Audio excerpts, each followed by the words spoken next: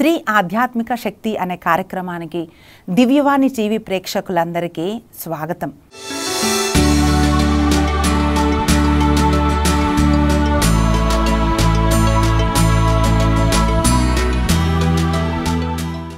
చాలాసార్లు ఒక ప్రశ్న మన మనసులో ఉంటుంది.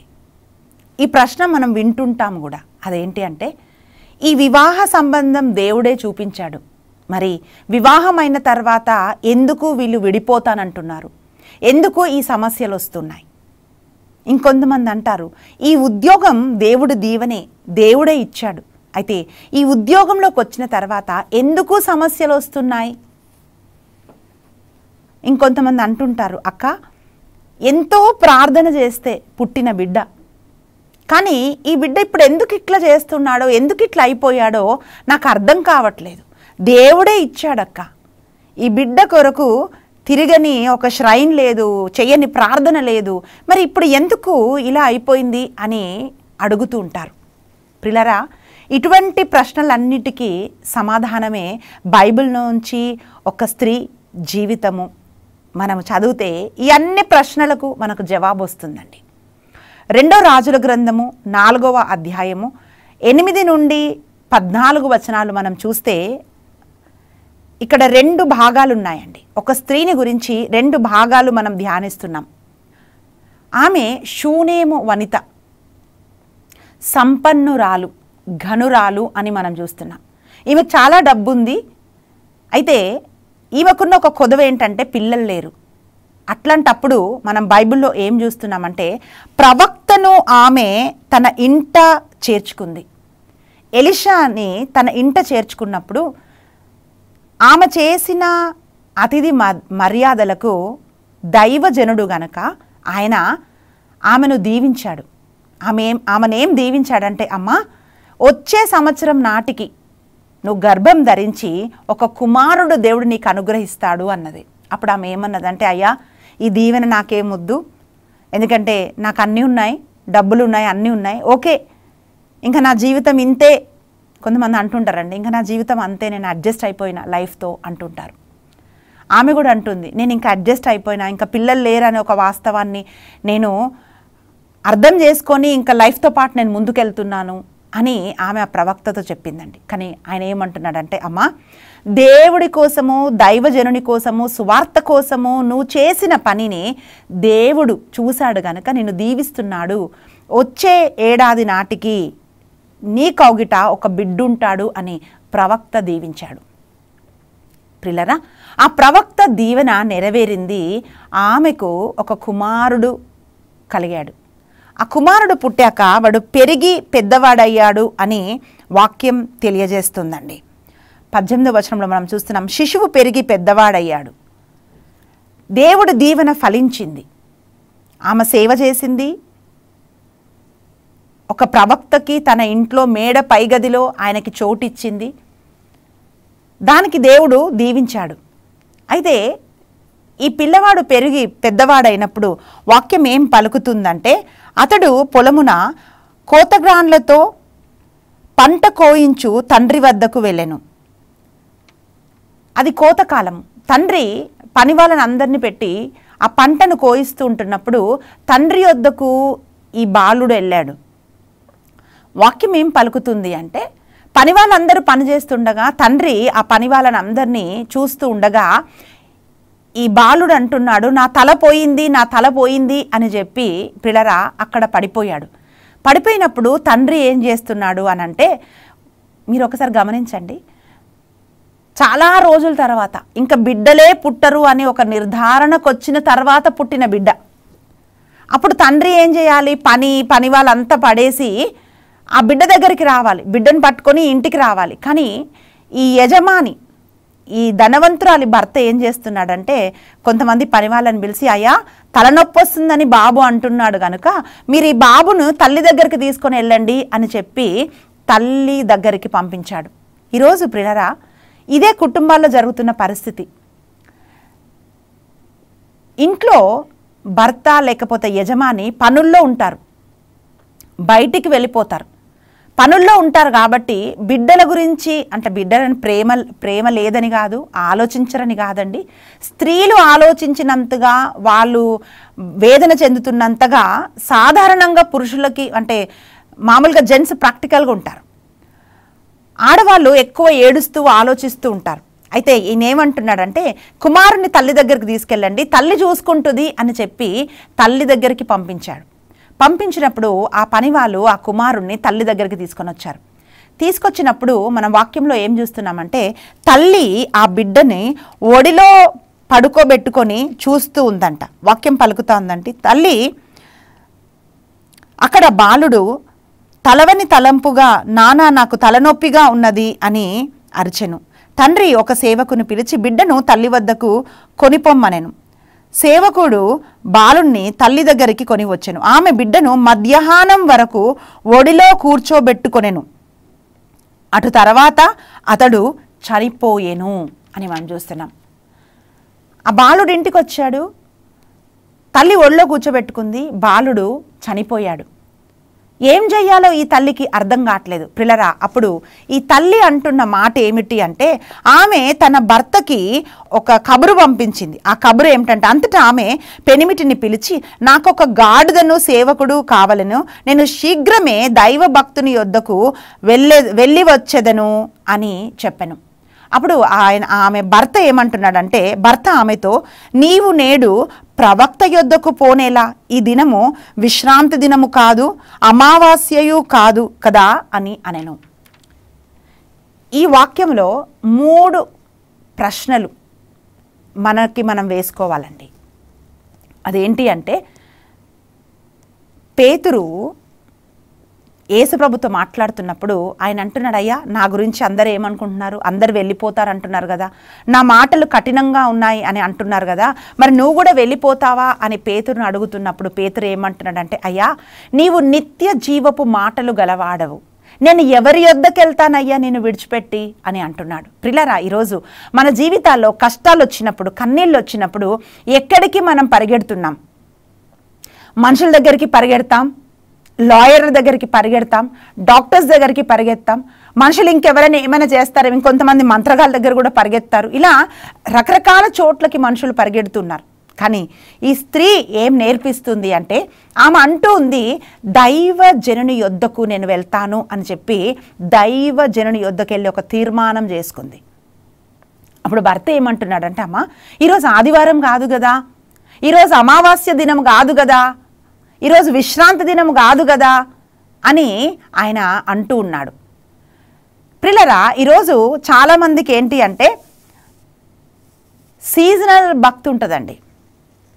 సీజనల్ భక్తి అంటే చర్చికి వెళ్ళాలంటే ఈరోజు ఏమైనా సండేనా అంటే సండే మాత్రమే చర్చికి వెళ్ళాలి, వేరే రోజు చర్చికి వెళ్ళడానికి ఉండదు. కానీ ఈమె జీవితంలో చేసిన పని మనకేం నేర్పిస్తుందంటే నీకు కష్టం వచ్చినప్పుడు ప్రభు దగ్గరికి నువ్వు పరిగెత్తాలి. ఒక వడకంకి రండమ్మా అంటే వడకంకి రావడానికి నాకు కుదరదు, కానీ కుటుంబం మారాలంటే ఎట్లా కుదురుతుంది?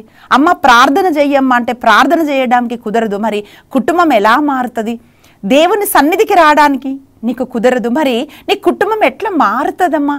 అందుకే వాక్యం ఏం పలుకుతుందంటే ఆమె అంటూ ఉంది దైవ జనుని యొద్దకి నేను పరిగెడతాను. మండే దేవుడు, సండే దేవుడు, ట్యూస్డే దేవుడు మన దేవుడు కాదండి. మన దేవుడు అనునిత్యము మనని నడిపిస్తున్నవాడు. అది ఆమెకు తెలుసు. కనుకనే ఆమె దైవజనుడి యొద్దకి ఆమె పరిగెత్తింది.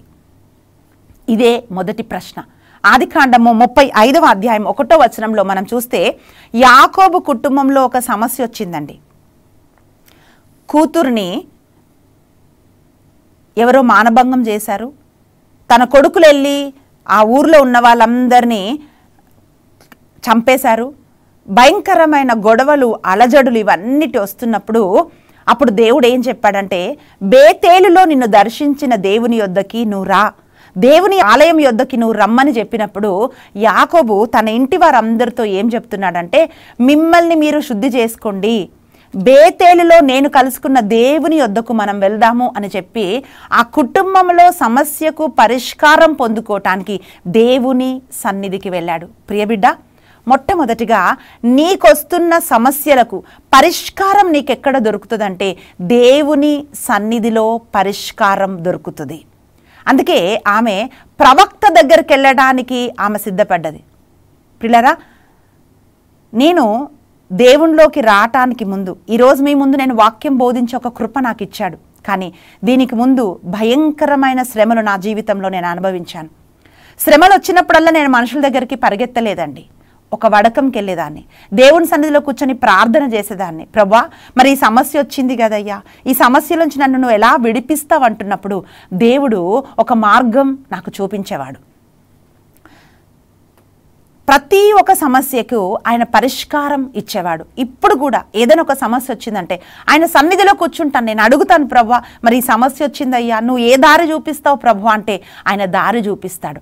ప్రియులారా, నీకు సమస్య వస్తే పరిష్కారంకి మనుషుల యొద్దకు కాదు, దేవుడి యొద్దకు నువ్వు పరిగెత్తాలి. ఇదే ఈ ధనవంతురాలి జీవితంలోంచి మనం నేర్చుకుంటున్న పాఠం. ఈమె పెద్ద ఇప్పుడు కార్పొరేట్ హాస్పిటల్కి పరిగెత్తచ్చు, ధనవంతురాలు ఆమె, ఎక్కడికైనా పరిగెత్తచ్చు. డాక్టర్సే ఆమె దగ్గరికి వస్తారు ఆమె పిలిపించుకోవాలనుకుంటే. కానీ ఆమె ఎక్కడికి పరిగెత్తలేదు, ప్రవక్త దగ్గరికి ఆమె పరిగెత్తింది. వాక్యం ఏం చెప్తుందంటే ఆమె కుమారుడు చనిపోయాడు.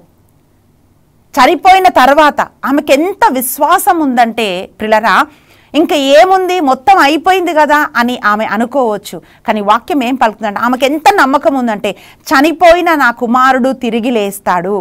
ఈరోజు మనుషులు అంటుండొచ్చు, నీ కుటుంబం పని అయిపోయింది, నీ పని అయిపోయింది, ఇంకా మీరు బాగుపడరు. మీరు కంటితో చూస్తున్నప్పుడు ఆ పరిస్థితులు కూడా మీకు అలా కనిపిస్తూ ఉండొచ్చు. కానీ ప్రియబిడ్డ, పరిస్థితుల కంటే అధికుడైన వాడే మన దేవుడు. పరిస్థితులను మార్చగలిగిన వాడే నీ దేవుడు. ప్రియ సహోదరి, ప్రియ సహోదరుడా, మొద్దు నుంచి చిగురుని కలిగింపజేయవాడు. అందుకనే యెషయా మొద్దుకు చిగురు పుట్టెను అంటున్నాం. ఇంకేం లేదు అనుకుంటున్నప్పుడు అక్కడి నుంచి కార్యం చేయగలిగిన వాడు. ఈ స్త్రీ ప్రవక్త దగ్గరికి కర్మేలు కొండ పైకి ఈమె పరిగెట్టి వెళ్ళిందండి. పిల్లరా, వాక్యం ఏం పలుకుతుందంటే దూరం నుండే ప్రవక్త ఆమెను గుర్తుపట్టి గేహాసి తన సేవకుణ్ణి పంపించినప్పుడు ఆయన ఒక ప్రశ్న వేస్తున్నాడు ఈ స్త్రీకి. ఆయన ఏమంటాడంటే వాక్యంలో మనం చూస్తున్నాం, 2 రాజుల గ్రంథము 4వ అధ్యాయము 25వ వచనంలో వాక్యం ఏం పలుకుతుందంటే ప్రవక్త ఆమెను అల్లంత దూరమున ఉండియే గుర్తుపట్టి సేవకుడకు గేహాసితో, ఇదిగో ఈ షూనేమురాలు వచ్చుచున్నది, నీవు పరిగెత్తుకొని పోయి ఆమె పెనిమిటి పిల్లవాడు క్షేమంగా ఉన్నాడో లేదో తెలుసుకొని రమ్మని గేహాసిని ఎదురు వచ్చి తమను కలుసుకొనగా ఆమె అందరూ కుశలముగానే ఉన్నారు అని చెప్పాను. ఈ ప్రశ్న ఊరికేనే వేయబడలేదండి. వాక్యం ఏం చెప్తుందంటే ఆ ప్రవక్త అంటున్నాడు ఏమనంటే, నువ్వు వెళ్ళి ఆమెను తెలుసుకో.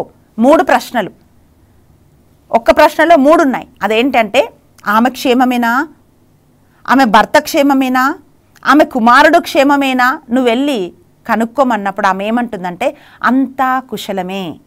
Is everything well with you అని ప్రశ్నిస్తే ఎస్ ఎవ్రీథింగ్ ఈజ్ వెల్ అని ఆమె సమాధానం ఇచ్చింది. ప్రియులారా, ఈ సమాధానం నుండి నేర్చుకోవాల్సిన ఆత్మీయ పాఠం ఏమిటి అంటే చాలాసార్లు మనం ఏం చేస్తామంటే మన పరిస్థితుల గురించి అనేకులతో మాట్లాడుతుంటాం. అప్పుడు ఈ ఒక్కటి విన్న వాళ్ళు దీనికి ఇంకొకటి యాడ్ చేసి ఇంకొకటి చెప్తారు, వాళ్ళకు తోచిన ఆలోచన నీకు చెప్తుంటారు, నిన్ను డిస్కరేజ్ చేస్తారు, డిసప్పాయింట్ చేస్తారు, నిరుత్సాహపడతారు. కొన్నిసార్లు కుటుంబాలలో విభేదాలు కలగజేస్తూ ఉంటారు. ఈ స్త్రీ ఎవ్వరితో మాట్లాడదలుచుకోలేదు. మీరు గమనించాలండి, ఆమె తన భర్తకు కానీ పని వాళ్ళకు కానీ ఎవ్వరికి చెప్పలేదండి. ఏం చేసిందంటే చనిపోయిన తన కుమారుణ్ణి పై గదిలో ఎలీషాకి ఏ గది అయితే ఇచ్చిందో, ఏ మంచం అయితే ఇచ్చిందో, ఈ చనిపోయిన బాబుని తీసుకొని వెళ్ళి ఆ మంచం పైన పడుకోబెట్టి గాడిదను తీసుకొని ప్రవక్తను ఎదుర్కోవడానికి ఆమె వచ్చి ఆమె ఏమంటుందంటే అవును అంత కుశలమే అని చెప్పి ఆయనతో అంటుంది. ప్రియబిడ్డ, ఈరోజు పరిస్థితుల గురించి మాట్లాడకు, పరిస్థితులతో నువ్వు మాట్లాడు. వాక్యం ఏమంటుందంటే నీకు ఆవగింజంత విశ్వాసం ఉంటే ఈ కొండ వెళ్ళి సముద్రంలో పడమంటే పడుతుంది అని అంటే లిటరల్గా ఒక కొండ వెళ్ళి సముద్రంలో పడడం అని అర్థం కాదు. నీ ముందున్న ఎటువంటి ఆటంకమైనా పర్వాలేదు, నీకు విశ్వాసం ఉంటే ఆ పర్వతము నీ ముందు నుంచి తొలగిపోతుంది. అందుకే ఆమె ఏమంటుందంటే అంతా క్షేమమే అని చెప్తుంది. సాధారణంగా మనం చేసే పని ఏంటో తెలుసా? కొంచెం ఏదైనా బాగలేదనుకోండి, అందరితో మాట్లాడేస్తుంటాం. అది చెప్పకపోతే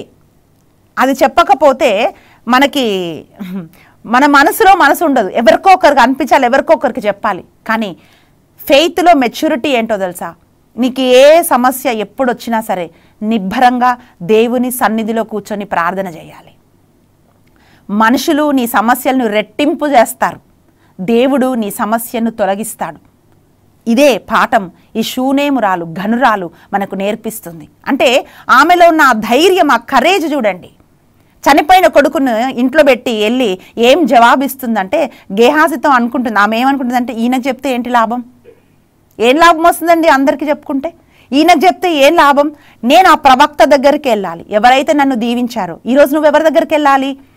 నీ ప్రభు అయిన క్రీస్తు దగ్గరికి వెళ్ళాలి. ఎందుకంటే ఆయనే నీ కుటుంబాన్ని దీవించాడు, ఆయనే నీకు ఉద్యోగం ఇచ్చాడు, ఆయనే నీకు పిల్లలు ఇచ్చాడు, ఆయన నీకు జీవం ఇచ్చాడు. కనుక ఆయన యొద్దకు నువ్వు వెళ్ళినప్పుడు ఆయనే నీ సమస్యకు ఆయన పరిష్కారం ఇస్తాడు. ఎప్పుడైతే ఈమె ఆ ప్రవక్తను చూసిందో, ప్రవక్తను చూడగానే ఆయన కాళ్ళపైన పడడానికి వెళ్తున్నప్పుడు గేహాజీ వచ్చి ఏం చేస్తున్నాడంటే ఆమెను అడ్డు తొలగిస్తున్నాడు. అప్పుడు ఆ ప్రవక్త అంటున్నాడు, అయ్యా నువ్వు ఆ ఇల్లాల జోలికి పోవద్దు. ఆమె హృదయంలో కలతతో వచ్చింది. అంటే ఆమెను ఆ ప్రవక్త గుర్తుపట్టాడు. ప్రియబిడ్డ, ఆ ప్రవక్త ఆ స్త్రీని గుర్తుపడితే 10,000 రెట్ల కంటే కాంతివంతమైన కనులు కలిగిన నీ దేవుడు నిన్ను చూడడా? నీ మనసులో ఏముందో ఆయనకు తెలియదా? నీ కష్టం ఆయనకు తెలియదా? నీ కన్నీళ్ళు ఆయనకు తెలియదా? ప్రియబిడ్డ, అన్నీ ఎరిగినవాడు ఆయన. ఆయన అంటున్నాడు ఆమె జోలికి నువ్వు పోవద్దు. నీ జోలికి అరే నన్ను అందరూ డిస్టర్బ్ చేస్తున్నారే, నన్ను ట్రబుల్ చేస్తున్నారే అని నువ్వు అనుకుంటే నువ్వు ప్రార్థన చేయి. ఎలాగైతే గేహాజీకి ఎలీషా ప్రవక్త పిల్లరా ఆజ్ఞ ఇచ్చాడు, ఆమె జోలికి పోవద్దు అన్నాడు. నీ జోలికి వచ్చే వాళ్ళతో కూడా దేవుడు మాట్లాడతాడు. ప్రియబిడ్డ, ఆయన చెప్తాడు అరే ఆమె జోలికి పోవద్దు, ప్రార్థన చేసే బిడ్డ, దేవునిలో ఉండే బిడ్డ అని. పిల్లరా నీ జోలికి వచ్చే వాళ్ళతో దేవుడు మాట్లాడతాడు.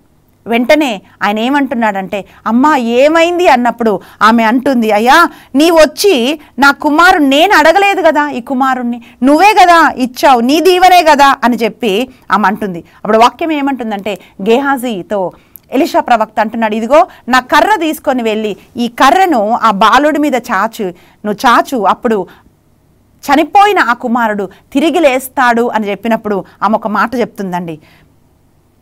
2 రాజుల గ్రంథము 4వ అధ్యాయము 30వ వచనంలో మనం చూస్తే పిల్లలు అక్కడ వాక్యం ఏమంటుందంటే, కానీ ఆ ఇల్లాలు యావే జీవము తోడు, నీ జీవము తోడు, నేను నిన్ను వదిలిపెట్టను అని పలికెను. కనుక ఎలీషా ఆమె వెంట వెళ్ళెను.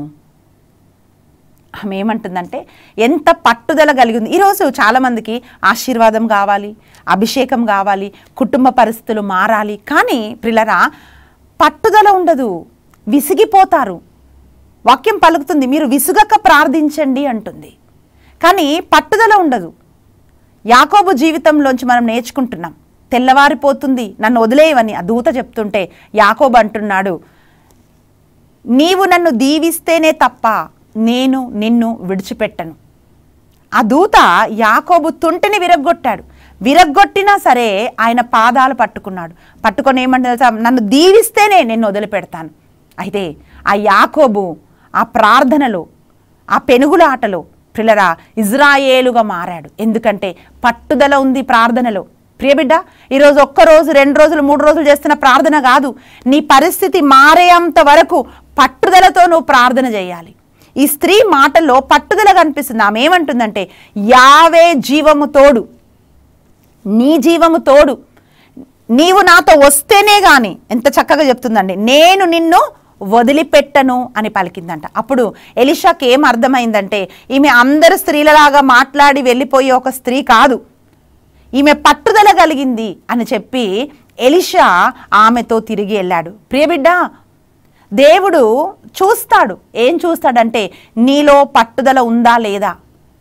ఎందుకు మన జీవితంలో కార్యాలు జరగకపోవడానికి గల ఒక కారణము పట్టుదల లేకపోవటం. ఈ పట్టుదల కోసం మనం ప్రార్థన చేయాలి.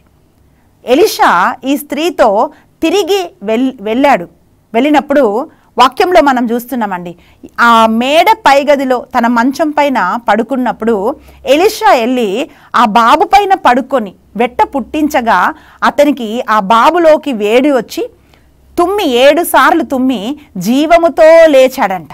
అప్పుడు ఆమె తన కుమారుణ్ణి బ్రతికాడు గనుక ఈ ప్రవక్త ఆమెను పిలిచి ఆ కుమారుణ్ణి ఆమెకు అప్పచెప్పాడు.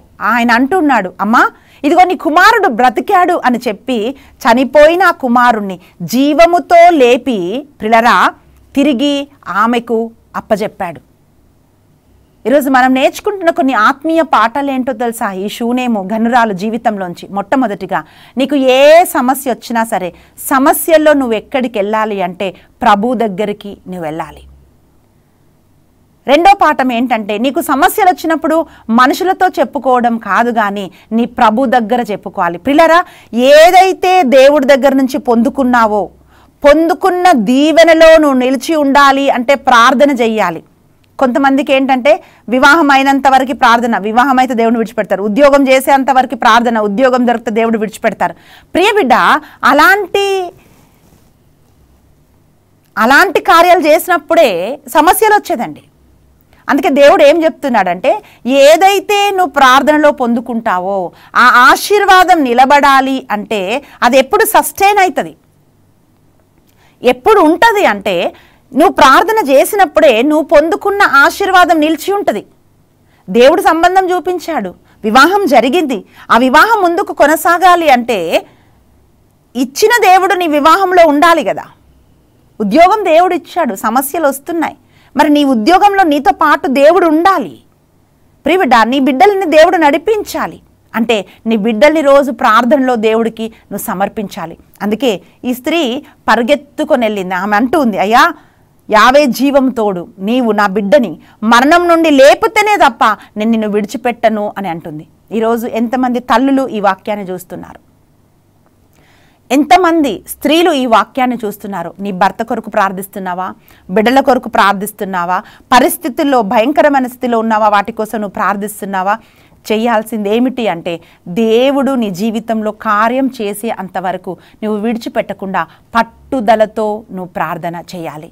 ఈ పట్టుదల ప్రార్థనే ఈ స్త్రీ జీవితం ద్వారా మనం నేర్చుకుంటున్నాం. ఈరోజు మనం అడుగుదాం ఆయనని, ప్రభువా ఎక్కడెక్కడికో పరిగెత్తి నేను అలసిపోయానయ్యా, ఈరోజు నేను నీ సన్నిధికి వచ్చాను. ఎవరెవరితోనో నా కష్టాలు పంచుకొని షేర్ చేసి సమస్యలు తెచ్చుకున్నానయ్యా. ఈరోజు ప్రభువా నీ పాదాల యొద్ద నా హృదయాన్ని కుమ్మరిస్తున్నానయ్యా. నిన్ను విడిచిపెట్టానయ్యా, ఈరోజు నేను నిన్ను విడవదలుచుకోలేదు ప్రభా. మళ్ళీ తిరిగి నేను నీ యొద్దకు వచ్చానయ్యా, నీ పాదాలు పట్టుకుంటున్నాను ప్రభువా అని ఆయన పాదాలు నువ్వు పట్టుకున్నట్లయితే ప్రియబిడ్డ, ఆయన నీ జీవితాన్ని మార్చేస్తాడు. చనిపోయిన ఆ కుమారుడు ప్రార్థనలో తిరిగి లేచినట్లుగా, తిరిగి పరిస్థితులన్నీ కూడా తారుమారుగా ఉన్నాయేమో అన్నిటిని తిరిగి దేవుడు బాగు చేస్తాడు.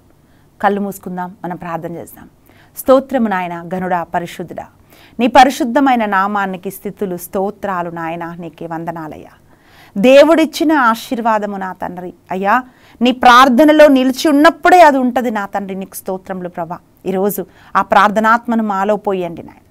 లోకంలో ఎక్కడెక్కడో పరిగెత్తి అలసిపోయి నీ సన్నిధికి వచ్చాం నాయన.